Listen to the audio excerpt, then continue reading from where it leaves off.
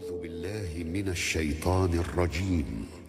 ادع إلى سبيل ربك بالحكمة والموعظة الحسنة وجادلهم بالتي هي أحسن إن ربك هو أعلم بمن ضل عن سبيله وهو أعلم بالمهتدين. السلام عليكم ورحمة الله وبركاته.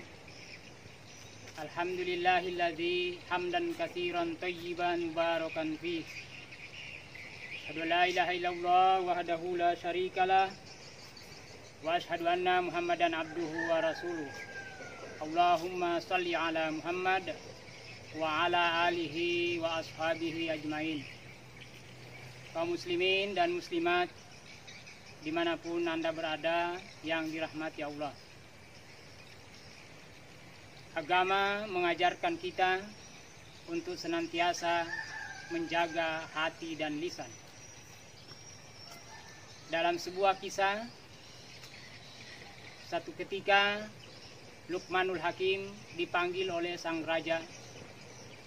Raja meminta kepada Luqmanul Hakim untuk menyembelih hewan dan mengantarkan kepadanya bagian anggota tubuh hewan itu yang paling baik dan bagian anggota tubuh hewan itu yang paling buruk. Maka dilakukanlah oleh Luqmanul Hakim.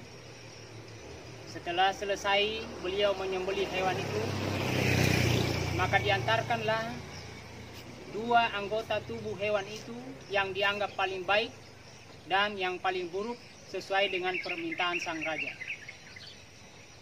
Ketika diantarkan pada sang raja, yang dia bawa itu adalah hati dan lidah. Sampai di hadapan raja, raja bertanya, "Wahai Luqmanul Hakim, mana anggota tubuh hewan yang paling baik?"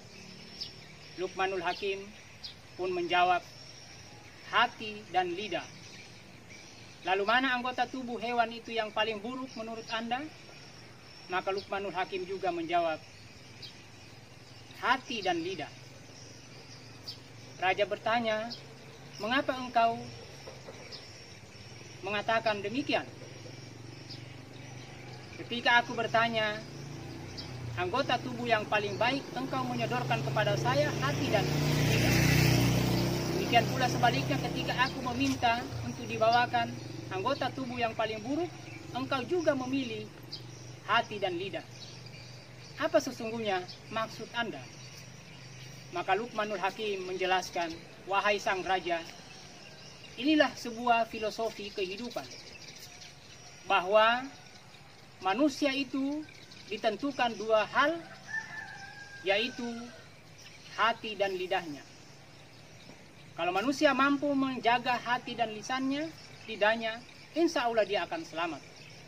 Tetapi sebaliknya, orang yang tidak mampu menjaga hati dan lisannya akan membawakan kesengsaraan, bukan hanya untuk dirinya, tetapi akan berdampak kepada orang lain."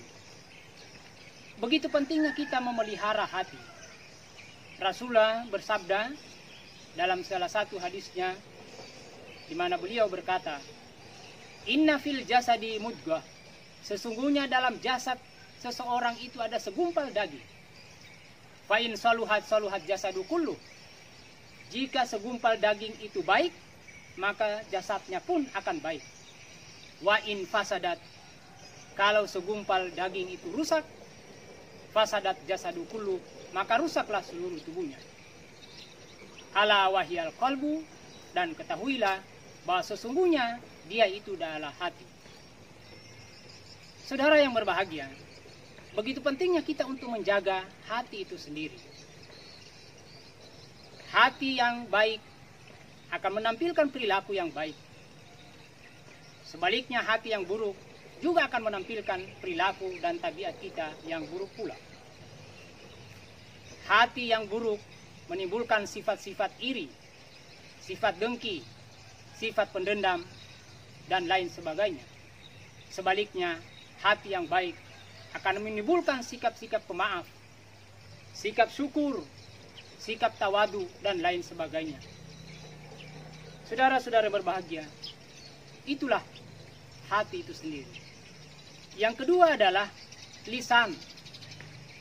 Lisan juga sangat menentukan bagi kehidupan seseorang. Seseorang yang mampu menjaga lisannya, dia akan selamat dalam kehidupan ini.